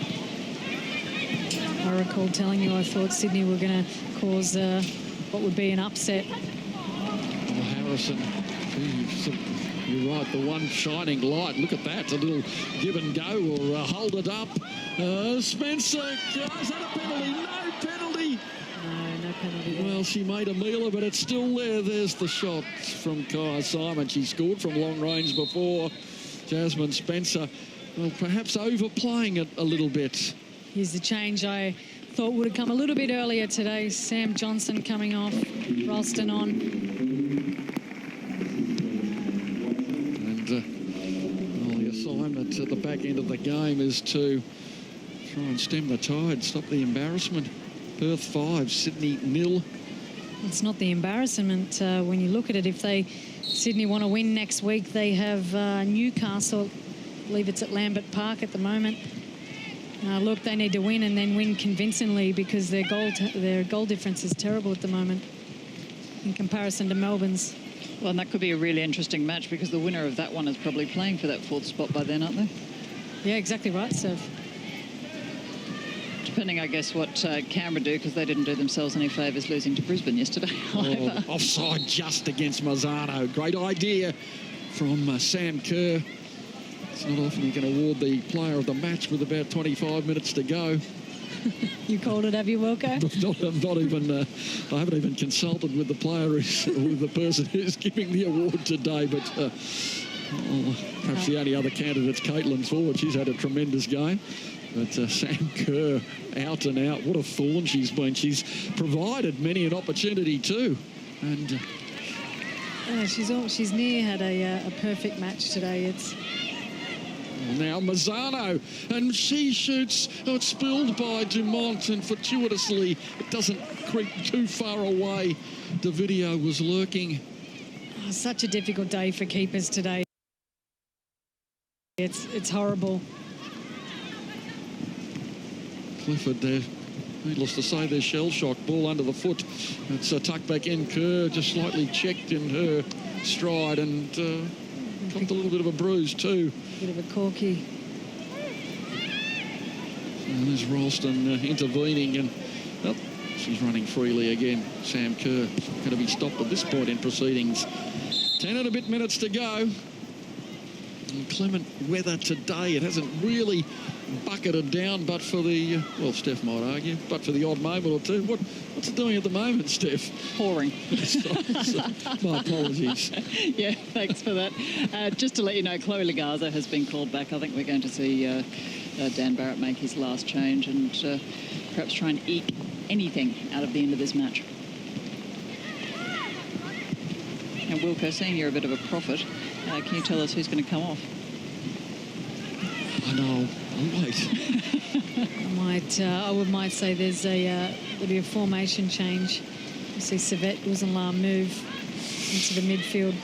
Oh, that was a brave challenge from Sam Kerr. That's not the sort of challenge you make at 5-0 necessarily, into the 50-50 ball, and you know your opponent's going to give her all, and she might have come off a little bit the second best there. Yeah, she was a cruncher.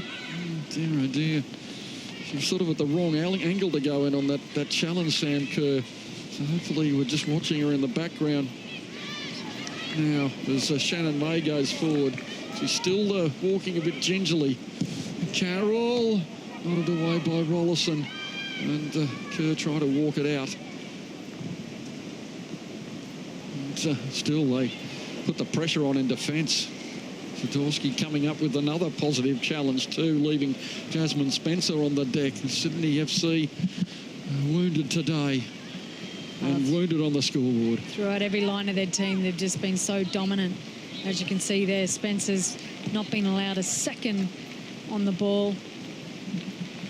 Chloe Legarza is standing by, ready to go on. I think the original plan is to take Tegan Allen off, but they're just pausing for a moment to see how Jasmine Spencer pulls up.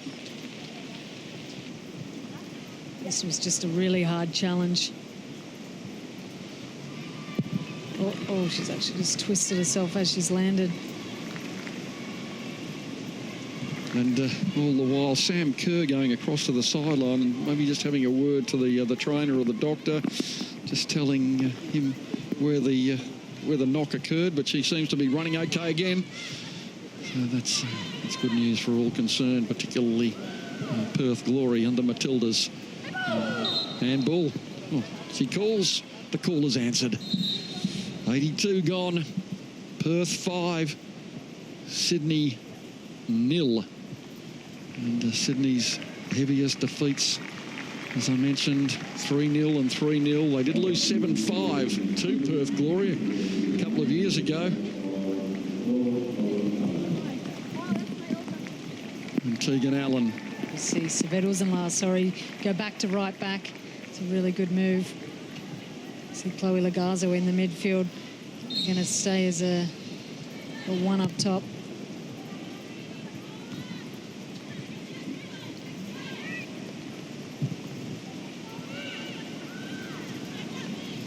And as well, Sam Kerr's hurried along to 33 goals in the W League. Ball to the far post. Mazzano trying to get the full weight behind it. Back to Colette McCallum, just dinking it around. Oh, Caitlin Ford still going strong. Playing a home game. Playing in the vicinity where she grew up. Sam Kerr turning, looking for 4 today. She'd enter some heady country there. Only 2 players have crossed that landmark achievement in the W League before. And 1 plays on her team. And it happened this year. Kate Gill with 5. Tara Andrews, the other one, with 4. Well, we still have 7 minutes to go as well. Ralston. Onside is Harrison, and she's been clipped, and that's an unfortunate clip. It's in the back of the calf muscle. I remember she went off against Melbourne Victory many rounds ago for a calf injury, so I'm not sure if it's the same one, but... Well, she clipped, or was it just a... No, there was no one within Cooey, so my apologies. It just looked as... She's walking freely again, so it must have been... Hopefully it's just a cramp or something like that. Mm.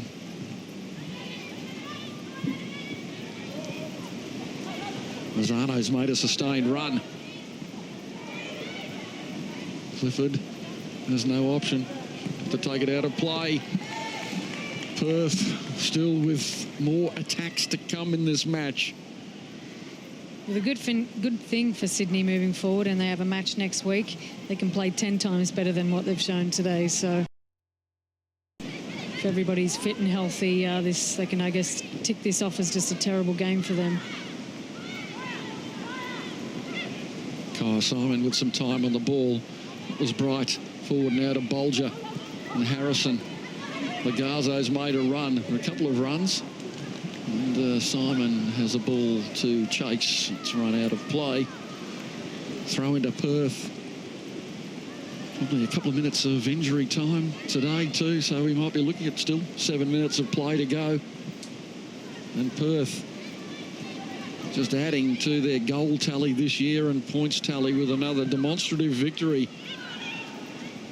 And one that, well, it's not in the realms of the 11-0 defeat they suffered at the hands of Sydney, but it's a bit of payback. Sam Kerr now with Ford. Sam Kerr for 4. What a save! Well done, Casey Dumont. She stood tall there and really made a strong save when she needed to. Again, we see Sam Kerr getting on her right foot. Not a huge amount of pressure on the ball for me, but able to get a shot off. Casey Dumont, it's fair to say she's actually been well exposed today and done quite well in terms of the conditions and basically the circumstances. But Perth Glory really attack after attack. They go again. They've lost their major aerial weapon in Gill, but they have, is it going to fall yet again? 6. It's maybe a horrible scoreline as 5 is Mazzano with a nice turn into the area. Ralston strong. Free kick, though, going the way of Perth. Just outside the area. It was close, and now Colette McCallum. Well, this is tailor-made for McCallum to get into the fray. To be a handball, but that was the Simon challenge. A bit of groping from Kaya Simon. Oh, you're right. This is Colette McCallum's bread and butter. I've seen her do it 1,000 times after training for the past 10 years. This is it. This is where she likes it. Well, Colette McCallum will look to the either corner. Where does she want? She can bend it. She can bend it all the way around the wall and put it in the top right corner just about, or just tease it into the top left corner. You feel a save's going to have to be made. McCallum comes in. Oh, just the hand, the lingering hand knocked it over. We know not how. She seemed to be beaten. And then the telescopic right arm came out from Casey Dumont. It was behind her. It was in. She saved it. Oh, I love the cheeky little grin here from Casey Dumont. She's read it wrong, gone the wrong way, and still managed to put a right hand out. Caitlin Ford lays it back for Davidio to the far post. They queue up. There's the looping header. It's knocked down. It's kept in. And into the safety of the hands. 3 minutes to go, just under. Just a bit of extra time. Have Sydney got a goal in them to ease the pain? Will it come from Jasmine Spencer? And she goes, and she eludes Carroll, and she looks for Simon at the far post. Surely Legazzo. Oh, Legazzo steers it wide. Mackenzie Arnold beaten. Of course, that would fall wide for Sydney FC at the moment. Good little build-up here from Spencer. She's beaten Carroll and got, I guess, an okay ball in, and well followed up from Legazzo. But any other day, that falls on her foot and lands in the back of the net.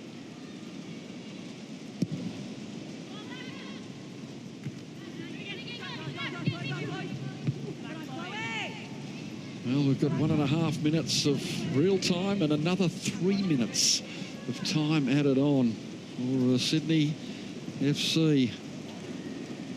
They have not seen a scoreline like this in their history unless they've been administering it. So this is a day of reckoning for the Sky Blue, and also it puts them in the perilous country as far as making the top four. There are going to be 3 teams, it seems, challenging for that, the 3rd and 4th positions. Melbourne Victory, they've finished their W League season. They're on 20 points, 2 teams on 17 and 1 on 16. Newcastle v Sydney next week. Canberra v Perth. A couple of huge, massive games. I really can't remember a final round weighing so much on the final spots for semi-finals. The ball, Clifford was up, and it just wide in the end. Not a bad effort from Alicia Clifford, who's had a harrowing time in defence today, along with plenty of her teammates. Those slippery conditions making it hard to turn. Attackers with pace running at you. You've had Kate Gill just delivering the offloads. It's been wave after wave of attack. Sam Kerr has scored a brilliant hat-trick. Caitlin Ford's added one. Gill from the penalty spot. And is there another one? Here goes Kerr yet again. Not much in the centre. She might cut it back. Oh, she squares it up, and it just sits up there for the chaser, but it's going to be Polias who sends a nonchalant pass to Uzenla. And, well, they can't even keep it in play, Sydney. They're going to perhaps submit again. It was well defended from Uzenla there. She was not facing the right way and done really well. And just punched away. The video can slide it home. She misses. Well, that should have been 6, really. She had time on the ball, and Sydney, it has been the definitive carve up today. 2.5 minutes to go. Could easily have been 7 or 8-0 against them, and that's not, you can never say that. Oh, Sam Kerr, the back heel, thank you. It almost hit the mark. So Sydney still struggling to clear the zone. They need a diagonal pass across the field. Sharon May, she's been a thorny customer on the right side. We haven't really mentioned her today, but she's been an excellent addition to this team. Well, she's been there, but starting alongside Colette McCallum and Caitlin Ford, she offers that support, as you mentioned. Colette McCallum, she's just been free to do whatever she likes. That's knocked on. It still might fall. Ralston has work to do. May just goes inside to Sam Kerr again. And the first touch for one moment in the game eludes her. The video. And was she onside, Mazzano? No, she wasn't. Offside. She ghosted. 1.5 to go. This quite possibly could be Perth's best victory in the W League over their history in terms of the quality of the performance, the clinical nature, the quality of the opposition. And Kerr goes on again. Caitlin Ford wants to get back in the fray. And Nicola Bulger, she's seen a lot of the ball on opposition feet today. And they turn round and have to chase again. Harrison out on the left. Carroll holds her shape, but she's going to take her on. And a good challenge, taking it out for a corner. And Sydney just have 30-odd seconds to get on the board today on what has been a rout. Perth, the premiers, a home semi-final beckons. They may well play Sydney FC again Gee, what a confidence booster this would be. A psychological advantage should they have to play it. Wasn't a corner. It's a goal kick. Well, look, Sydney FC need to beat Newcastle next week for that to happen. And oh, really, it's so open in the last round next week. Elias. And time just about up. That is it. The referee is going to call time on a magnificent Perth Glory win. 5-0 over Sydney. The heaviest defeat for Sydney FC in the history of the W League. And that is an unwanted blur, a blot on their history. But Perth today, supreme. They may well have scored 8 or 9. They were in brilliant form. Sam Kerr with the hat-trick. Jasmine Spencer couldn't make any impact. The stats tell the story. Oh, look at that. Ball's in the penalty area, 30-21, and it's what they did in the penalty area. That just everything that they did, especially in the final third, they did it with conviction, and it's just so scary to see that they really didn't give up. That final 5 minutes, you could see they were still pushing for a goal. Sydney can put it down to just a bad game. Let's go down to the Westfield Player of the Match with Stephanie Brands. Yeah, you flagged it early, Wilco. It is Sam Kerr. Congratulations, Sam. First W League hat-trick, Player of the Match performance. You looked up for it from the very first second. How do you sum up that performance? Yeah, well, we knew Sydney would come out firing, and to our credit to the girls, you know, we came out and we really put the fight to them. And, yeah, I'm pretty stoked. This is my first hat-trick ever, so I'm pretty happy, but awesome team performance. Impressive to watch. You go to Canberra next week for what is potentially your last away match this season. Who would you like to face in the finals? Yeah, obviously all teams are hard this year. You know, the league's been really tough and really tight, like it's going to come down to the last game. But, yeah, we'll just worry about ourselves. You know, we've done it all season and won't change anything. Well, today sent an ominous message. Good luck to you, Sam, and good luck for the rest of the season. Sweet. Thank you very much. Thanks, guys. It was all Perth glory today. The goals, Caitlin Ford setting up Sam Kerr. That was decisive in the first half, an early goal. And then at the moment, a penalty. Kate Gill stepped up. If you're going to take a penalty, you take them like that. Majestic. That was 2-0. This was right on the stroke of half-time. Caitlin Ford drilling it into the bottom left corner. Thank you very much. And then it was all about Sam Kerr. That's how it falls for you. Twinkle towing through the defence, angling the shot home. That was 4, and this was the hat-trick. And how sweet it was. The little chip over the advancing keeper. That's 3. A first W League hat-trick for Sam Kerr. Newcastle 2, Adelaide 0. Brisbane 2, Canberra 1. And a heavy defeat for Sydney. 5-0 Perth running away at the top. Look at that goals for and goals against. They are setting a new benchmark. 30 points. Melbourne on 20. Canberra, Sydney and Newcastle to battle for the final 2 positions. Steph. Thank you very much, Wilco. Yeah, what a performance from Perth. And next week, of course, sees the end of the regular season in the W League. But we've got a heap of sport for you to enjoy before then. The Women's Champions Trophy hockey got underway this morning in Mendoza, with the Hockeyroos taking on England and winning in their first match. You can follow them through that tournament on ABC. Their next match is at 9 a.m. on Monday against hosts Argentina. Then it's the men's turn, Saturday, December the 6th. The Kookaburras also start their Champions Trophy defence against England in India. That one at 10:30 p.m. on ABC2. Before the hockey, you can catch round 8 of the women's basketball as the Melbourne Boomers welcome the West Coast Waves to the State Basketball Centre at 3 p.m. And then on Sunday, the final round of the W League regular season. Perth head to Vikings Park in the capital as Canberra look to lock down their final spot. Finals aren't far away. We can't wait to share all of that with you. Thanks for your company today. Stay dry. See you soon. Bye-bye.